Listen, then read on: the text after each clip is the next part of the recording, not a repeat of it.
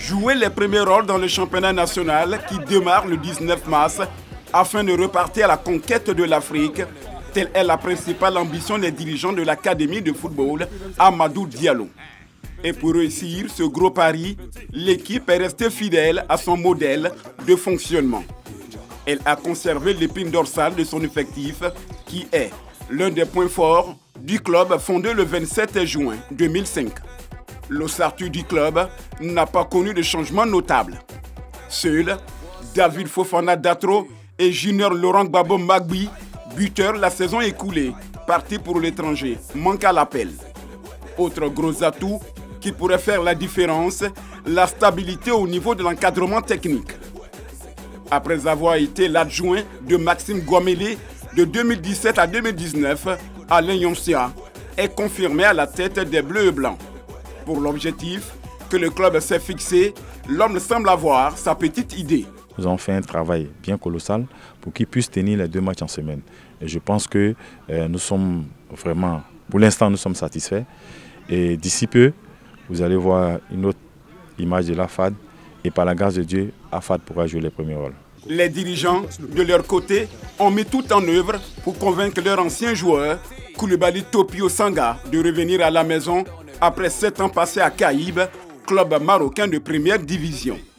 Koulibaly Topio Sanga était là en 2011-2012 lorsque l'AFAD disputait pour la première fois de son histoire les phases éliminatoires de la Ligue des champions CAF. Topio, plus aguerri à la haute compétition, saura aiguillonner ses jeunes partenaires et constituera un apport certain pour le groupe. Apporter le plus, apporter ce qu'on sait faire, ce qu'on peut faire et puis aider les autres comme on peut. S'aider soi-même, c'est-à-dire se servir des autres pour être aussi performant et puis apporter juste un plus. Avec lui, il y a d'autres cadres restés fidèles au club, notamment le portier Ulrich Ndrin qui est persuadé que vu l'immensité de la tâche à accomplir, chaque athlète doit se surpasser afin de mériter la confiance de l'entraîneur. Un gardien de but, ce n'est pas à minimiser, quelle que soit la taille et la forme qu'il a, c'est de le respecter. Voilà. En tant que gardien de l'AFAD, il a toujours la concurrence. Maintenant, c'est aux entraînements, au fil des matchs, pour qu'on puisse juger un gardien de but pour qu'il soit très bon. Voilà. Et la vie viendra aux entraîneurs pour pouvoir faire le choix. En plus des anciens, s'ajoutent 8 recrues, des garçons de métier à l'image de Serge-Éric Zézé, ex-milieu offensif de la SEC Mimosa, Roméo Kwame Kwaku, latéral gauche, transfuge de l'Est Standard, ou encore Kono Romaric, latéral droit, ex-pensionnaire du SC San Pedro, qui ne rêve que d'apporter leur touche pour le succès du projet commun. Avec le programme de qualité que nous offrent les entraîneurs, voilà, je pense que c'est à nous, athlètes, de pouvoir nous donner régulièrement aux entraînements, ne pas tricher, mais d'aller à fond pour pouvoir être prêt le jour du 19. Chemin faisant, nous allons nous battre match après match pour pouvoir atteindre les objectifs du club. Mon ambition personnelle avec l'AFAD, c'est d'abord travailler parce que avant tout, c'est le travail.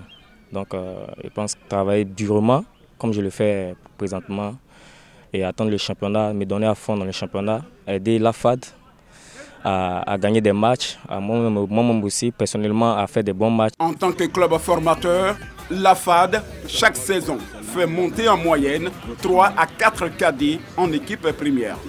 Junior Israël Kouassi, 17 ans, milieu sortant, fait partie des 3 heureux jeunes promus. C'est un sentiment de fierté pour moi, d'abord personnellement, et ensuite ma famille. Cette année, j'espère être parmi les meilleurs. En toute chose, il y a la concurrence. Soit tu es bon, tu es sur le terrain, tu n'es pas bon, tu es sur le banc, tu regardes les autres. Donc je ne crains pas la concurrence. C'est le travail qui va payer, c'est tout. Avant le regroupement bloqué de 2 semaines à Yamoussoukro, dès ce jeudi, le nouveau camp d'Akwedou continue de servir de base à l'équipe de Laurent Boli. L'AFAD évoluera dans la poule A en compagnie de l'Africa Sport d'Abidjan, du Sporting Club de Gagnoua, de l'Asie d'Abengourou, de l'Union sportive des clubs de Bassam, du FC San Pedro et de l'entente sportive de Bafing de Touba. Bafing, le promu, sera l'adversaire des académiciens du plateau pour la première journée du championnat national.